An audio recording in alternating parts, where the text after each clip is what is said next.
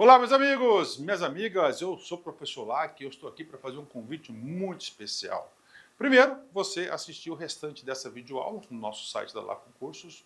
Aqui no YouTube são aulas demonstrativas para você ter aí o conhecimento, né, para você ter aí uma projeção das nossas aulas em relação aí ao concurso da GCM, Guarda Civil Municipal de Caldas Novas. Nós temos um curso, cara, fantástico, focado nesse edital, um curso que eu tenho certeza que vai te ajudar. Só você clicar aqui embaixo, o menor custo-benefício do mercado, apenas R$ 199,90, investimento único, a melhor proposta pedagógica para você estudar de verdade com quem conhece, com quem aprova, quem vive o dia de concursantes, concurseiros no Brasil do dia a dia. Tá? Pode confiar aqui na Lacon Cursos que você terá um excelente resultado. Bacana, meus amigos? Espero vocês. Valeu, tchau! Fala, galera, continuando aqui a nossa brincadeira, se liga só no próximo tópico. Nós não temos artigo e, consequentemente, não teremos a crase diante de verbos. Aí aqui tem uma especificação no infinitivo. Agora, eu tenho que deixar isso bem claro. A verdade é que não tem crase diante de verbo, por um motivo muito simples, porque o verbo não faz distinção de gênero. Não tem o verbo que eu uso para o homem, nem o verbo que eu uso para a mulher. Não tem. Então, o que eu não coloco diante de um verbo? Eu não coloco artigo. Não coloco artigo. Então, obviamente, não vai ter crase. Mas por que os manuais de língua portuguesa, inclusive até algumas gramáticas, colocam verbo no infinitivo? É importante a gente falar sobre isso, porque aí o aluno pode achar que só não tem crase diante do verbo no infinitivo. E que se for um outro verbo, pode ter crase. Aí o cara vai pensar, então diante de um verbo no gerúndio tem crase, diante de um verbo no particípio tem crase, diante de um verbo conjugado vai ter crase, só não tem diante do verbo no infinitivo. Não, na verdade não tem crase nunca diante de verbo. É porque diante do verbo no infinitivo, a tendência é o falante da língua portuguesa achar que o A tem força. Força, isso mesmo, que ele vai pronunciar mais fortemente, como se fosse um gritão, e é por isso que ele tem que colocar aquele acento para indicar aquela força. E isso não existe. Vocês viram agora há pouco, no outro bloco, a gente fazendo um teste com 4 frases, que depois viraram 5 frases, que era: fui à feira, né, vou à feira, sei lá, cheguei à escola, cheguei à casa, visitei a casa da Maria, vocês viram. Ora, o A era só preposição, ora o A era só artigo, ora tinha a fusão do A preposição com artigo, que a gente indicava com acento grave para mostrar que ali tinha crase, e a pronúncia não era diferente, sempre foi a mesma. Então, eu não colocava, cheguei à escola, não fazia isso. Era cheguei à escola da mesma forma que cheguei à casa. Uma tem crase, outra não tem, a pronúncia é o quê? É a mesma. E aí, por isso é perigoso, porque é uma contração na língua portuguesa que não é marcada na fala, diferentemente da contração da preposição de com artigo. Então, ó, gostei da música, eu marco na fala a contração da preposição de com artigo a. Agora, quando tem a contração do a preposição com artigo, a gente não consegue marcar na fala. Por isso que traz tanta dúvida. Aí olha aqui os exemplos. Não tenho nada a declarar e começamos a sofrer. Tem gente que vai achar que tem uma força aqui, ó. Não tenho nada a declarar, não começamos a sofrer e não tem. O a que aparece diante de um verbo é apenas uma preposição. Agora, tem expressão perigosa aqui? Tem, com a expressão a partir, tá, galera? Ó, expressão a partir. Quem nunca viu um a partir com crase? E olha que eu ainda coloquei separado, de vez em quando ainda vem junto com crase. Quem nunca viu um a partir com crase? Muita gente. Por exemplo, quando eu morava lá no Rio de Janeiro, tinha uma barraquinha de cachorro-quente na esquina da minha casa. Seu Joaquim era o dono da barraquinha. Seu Joaquim achou que tinha força esse A. Ele colocou assim, ó, cachorro-quente a partir de R$5 e tacou um acento ali. Eu não tô de sacanagem não, tô falando sério. Tô falando sério demais. Aí, quando você está diante de uma barraquinha de cachorro-quente, você meio que desconfia, né? Pô, será que tem um erro ali? Mas esse erro aí, ó, tem em grandes lojas. E aí quando o cara olha para uma grande loja, ele já não desconfia. Ah, não, aí deve estar certo. E aí o cara começa a pensar, na expressão a partir tem crase. Você pode reparar que vira e mexe numa prova, essa expressão a partir aparece. Exatamente porque o avaliador sabe que no dia a dia ela vem errada. E aí muito candidato reproduz esse erro. Então o a que tem aqui no a partir, levando em consideração que partir é um verbo, é apenas o quê? É uma preposição. Então, ó, diferentemente do substantivo masculino, agora sim a gente pode afirmar, sem sombra de dúvidas, nunca tem crase diante de verbo. Eu posso falar sem medo de errar, porque o a diante de um verbo vai ser sempre apenas uma preposição. Agora olha o próximo tópico. Nós não temos artigo e, consequentemente, não teremos crase diante da maioria dos pronomes. Mas veja que é a maioria e não todos, tá? Isso significa que é possível ter crase diante de pronome. Tem inclusive uma listinha que está aqui, ó. Olha a listinha. Pronomes que admitem artigo e, consequentemente, podem admitir a crase, claro. Tanto, né, tem que levar em consideração que um termo anterior tem que exigir a preposição a. São palavras como dona, senhora, madame, senhorita, mesma, própria e outra. Então tá vendo que vários macetes vão por água abaixo? Ah, palavra indefinida, crase... Não, esquece isso, ó, a palavra outra aí é uma palavra indefinida. Então, nós temos uma listinha. Agora, por que estes pronomes admitem artigo? A justificativa é bem antiga, tá? Lá na época do latim, eles eram substantivos. Então, obviamente, eles tinham ali a presença do artigo. O artigo acompanhava esses substantivos. Quando eles passaram para a língua portuguesa, eles perderam um pouquinho de força e viraram pronomes. Só que eles continuaram carregando quem? Eles continuaram carregando o artigo. Agora, eu preciso decorar essa listinha? Não. É até bom decorar se você quiser, mas eu não preciso. Basta continuar fazendo o macetinho de trocar o feminino pelo masculino.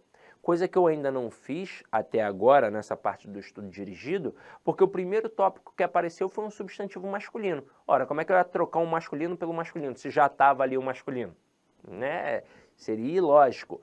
E em verbo? Verbo não tem questão de gênero, não tem feminino e masculino, então não tinha como. Agora entrou. Então veja aqui os exemplos. Entreguei a Vossa Excelência, pronome.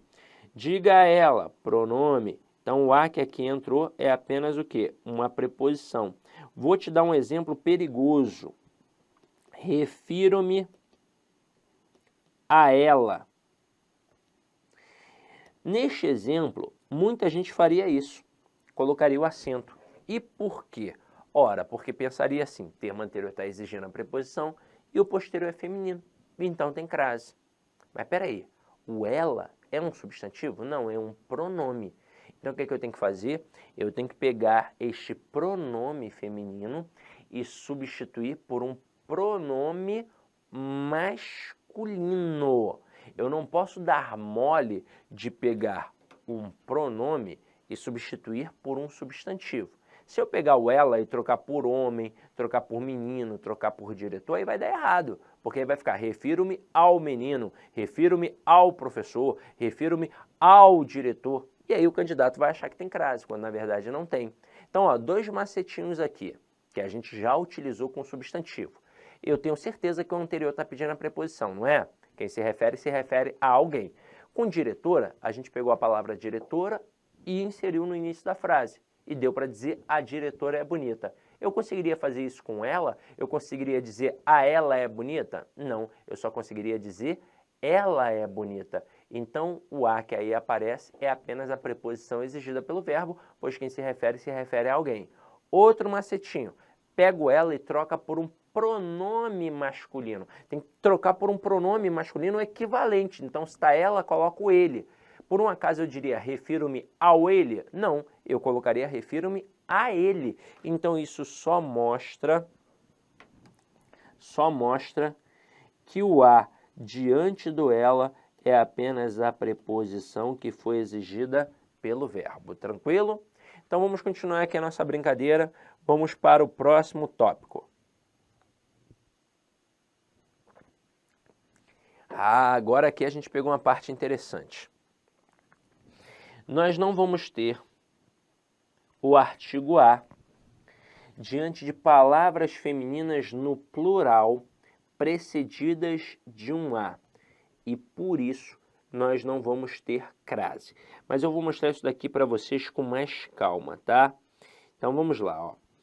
Olha para cá, para estes exemplos aqui, ó. Você está se referindo a vidas humanas e você está se referindo às vidas de nossos companheiros. Veja que ora aparece um a sozinho, no singular, sem acento, seguido de uma palavra feminina no plural. Ora aparece um a escraseado, seguido de uma palavra feminina no plural. Essa dinâmica é uma dinâmica que acontece na escrita de modo geral. Então talvez você já tenha percebido isso em livros, em jornais, em revistas, em apostilas, em provas para concursos, já tenha percebido.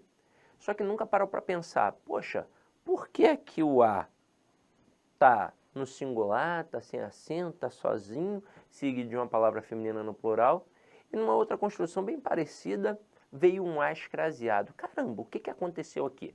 Na verdade, aqui entra uma intenção do autor do texto, tá? Uma intenção deste emissor. Ele opta por duas situações que vão fazer uma diferença semântica. Ele opta ou por especificar o substantivo ou por generalizar o substantivo. E aí a gente vai ter que voltar ao conceito de artigo. Lembra que a gente deu uma olhada em artigo e viu que o artigo definido mostra que o elemento é conhecido, ou seja, determinado, especificado dentro do universo do texto? É por isso que crase ocorre com o a artigo, que é um artigo definido. E que o artigo indefinido mostra um elemento desconhecido, indeterminado, genérico no universo do texto? Pois bem, além de indefinir com o artigo indefinido, eu também posso indefinir com a ausência do artigo. Se eu não colocar o artigo, a intenção basicamente é generalizar. Então veja aqui, ó, quando eu digo você está se referindo a vidas humanas, eu estou falando da vida de quem está nesta aula aqui agora ou da vida de todo mundo do planeta? Ora, da vida de todo mundo. Então aqui nós generalizamos e não utilizamos o artigo. Portanto, o a que aqui apareceu é apenas a preposição que foi exigida por quem? Pelo verbo, pelo termo anterior, pois quem se refere a alguém. Agora, e na próxima frase? Você está se referindo às vidas de nossos companheiros? Veja que agora o vocábulo vidas foi especificado. Então, pois bem, acompanhe aqui comigo a linha de raciocínio. O termo anterior, ele exigiu a preposição a, pois quem se refere a alguém. E o termo posterior, que aqui é o vocábulo vidas, foi especificado. Então, obrigatoriamente, assim como qualquer termo especificado na língua portuguesa, tem que ter artigo. Só que vai ser o artigo o quê? O artigo as. E a preposição mais as artigo é igual a quem? É igual ao as craseado. Até aí tudo bem? E agora vamos lá com algumas pegadinhas. Aqui, nesta segunda frase, o que não poderia acontecer? Não poderia vir apenas o as sem o acento. Apenas o as artigo. E aí você vai falar assim, mas peraí, não tem o artigo? Tem. Só que pela dinâmica o termo anterior está exigindo a preposição. Então tem que ter o as craseado. Outra coisa que não poderia ter aqui, não poderia aparecer apenas o a preposição. Você está se referindo a vidas de nossos companheiros e por que não poderia aparecer só o a preposição? Como se eu estivesse agora generalizando o substantivo vidas. Porque não tem como. Pelo contexto, nós especificamos. Não são mais quaisquer vidas, são as vidas dos nossos companheiros. Então, se está especificado, tem que ter o artigo. Então, aqui a crase é obrigatória de qualquer jeito.